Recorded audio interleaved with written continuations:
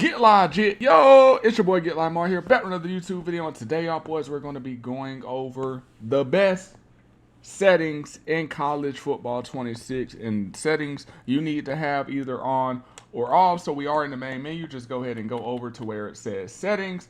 Go ahead, click on game settings. Now, all this stuff up top really doesn't matter. The team specific stuff doesn't matter. So me, if I'm playing my friend or something, just in case y'all were worried about this, I like to play 4 minutes if I'm playing somebody on Heisman acceleration clause. If you're tired of losing on college football 25 and Madden 25, I'm here to make y'all boys compy. If y'all boys want to win 10 times more in both college football 25 and Madden 25, all you have to do is go to the link in the description and head over to my Patreon. I give out the best free sauce, even my own personal sauce. It's Ebook Coaching, the best defense, offense. I'm giving the best tips and tricks away just so y'all boys could continue to win in both college football and Madden 25. Accelerated clock off. Coin toss, it just changed. I don't know why it changed. Make sure you have this on kick so you could get that ball back the third quarter. That's the best part about it, because think about it. Let's say if you receive it, right? You don't end up scoring that drive, and then before halftime, that third quarter, you're down by 7, and your opponent gets the ball back. Now he could go up 14 instead of receiving the ball back and being able to tie the game back up. Kicking, this is all personal preference. I've been using tap and hold for the longest, so that's what works best for me. The wear and tear, that's really up to y'all boys. Depends on what you play. Now, passing mechanics. I'm gonna be honest with y'all boys. I did just drop a video on revamp passing. The thing about revamps, I'm gonna give y'all boys the pros and cons right here. I feel like deep balls and stuff, that junk was on the money. The problem I had with it is when I had to throw it short. So my zig routes, let's say if I needed a quick first down, I couldn't trust the revamp because it feels like it takes so long. I mean, it's not even bad. It's just I really got to get used to it and learn it, because with placement and accuracy, we know it's like timing based. So if you tap it, it's a lob. If you hold it for a little bit and then release it quick, that could be a touch pass. And then if you hold it down, that's a bullet. With revamped, that's not the case, man. I held it down and somehow the ball still ended up lobbing on a zig route. So like I said, deep ball wise, perfect. The short routes, the zigs, when I was in the goal line, if y'all did watch a video, like I said, it just takes time to learn, but it's cool. Classic passing, turn this off right now. If you're using classic, I know a lot of beginners, if you're new to the game, change classic passing. Don't use classic passing at all, because you're basically letting the game control, where your balls are going. You don't want that. You want to be in full user control. Also with classic passing, classic and revamped, I noticed like the quarterback release, like the timing of the ball gets out way slower than it does when you use, placement and accuracy. Now, since it is the start of the year, since I'm playing regs, the ultimate teams aren't really that crazy yet. I do like to start off on placement and accuracy. My passing slowdown is off. Like I said, the reason why I like placement accuracy, because I have full control of where I want that ball to be thrown. Pass lead increase. I see a lot of y'all boys have this on small, and y'all wonder why y'all overthrow touchdowns all the time. It literally says it in the name. Pass lead increase. You have it on small. Let's go ahead and just read what it says.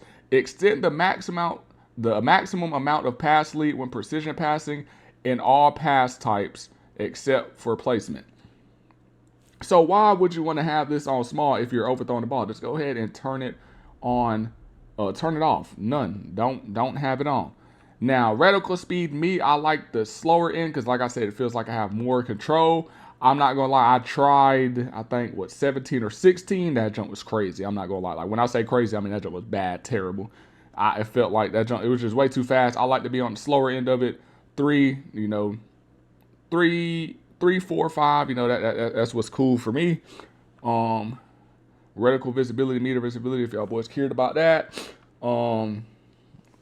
Now, me personally, I do like to have my auto flip on because you could turn that off whenever you want in game. So there's no reason to have it just starting off when you could just turn it off anyway.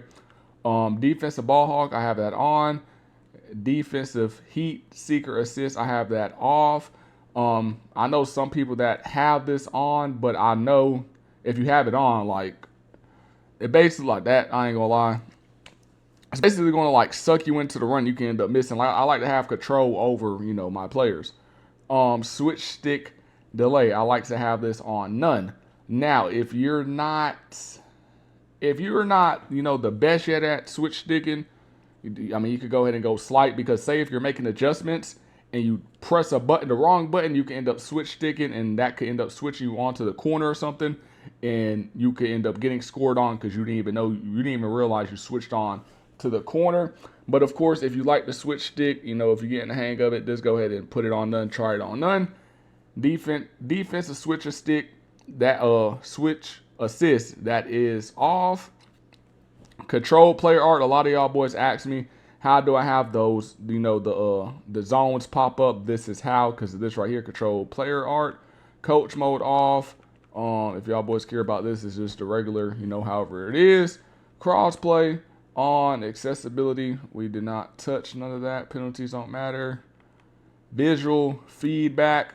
Dynamic play calling, that is off. Button layout is the same. Previous play information, have that on. It should be on for everyone. You do want that on, especially if you're playing against somebody. You can see what play they just ran.